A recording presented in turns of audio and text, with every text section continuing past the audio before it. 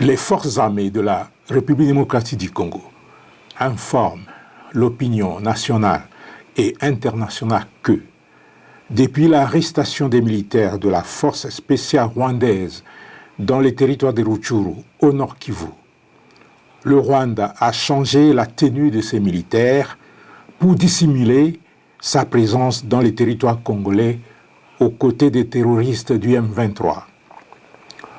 Le Rwanda a déployé dans les environs de Tchanzu 500 militaires des forces spéciales, tous habillés d'une nouvelle tenue de couleur vert-noir et coiffés des casques de sa force spéciale.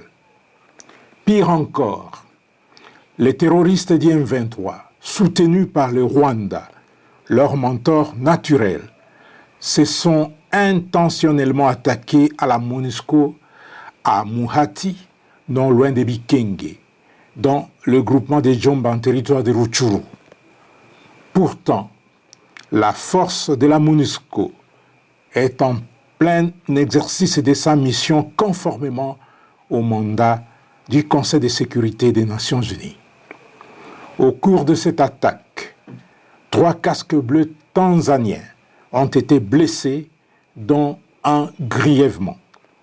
Ce dernier a été évacué pour des soins appropriés. Rappelons que cette nouvelle attaque, dirigée contre les casques bleus, intervient après tant d'autres, surtout celle contre l'hélicoptère de la MONUSCO qui a été abattu et qui a coûté la vie à 8 soldats de la paix. En s'attaquant à la force des Nations Unies, le M23, soutenu par le Rwanda, confirme son caractère terroriste. La population congolaise est appelée à la vigilance et à dénoncer la présence de toute personne porteuse d'armes et habillée en tenue vert-noir. Eshima, votre magazine qui bat au rythme de l'actualité. Une réponse à vos besoins en information, un éclairage dans divers domaines. Impartial, documenté, instructif. Eshima au cœur de l'info. Retrouvez la nouvelle édition. Le service national de la RDC, une seconde chance pour les Kuluna. Le commandant du service national, le général-major Jean-Pierre Kassongo Kabwik, est en passe de réussir le plus difficile.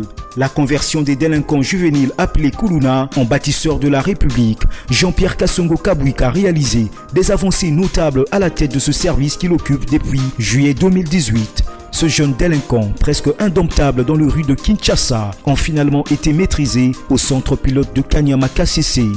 À ce jour, ils sont endoctrinés et formés à rendre service à la nation, à devenir utiles pour le pays.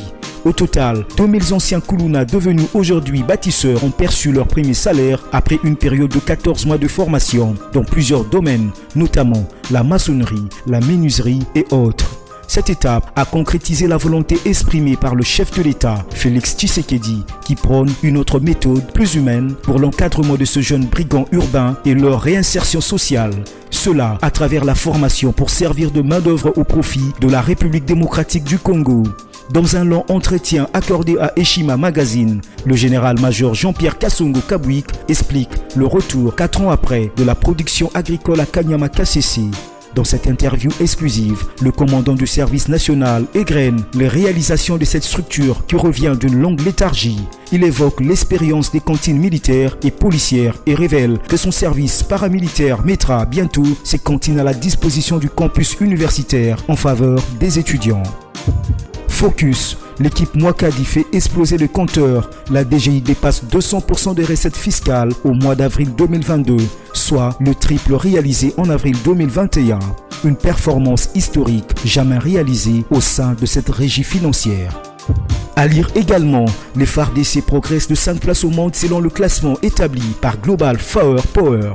Analyse de l'état de siège décrété depuis 1 an dans les provinces de l'Ituri et du Nord Kivu. Découvrez également plusieurs autres sujets à lire dans ce nouveau numéro. Retrouvez l'intégralité du magazine Eshima dans les kiosques. Eshima Magazine, un nouveau standard d'information.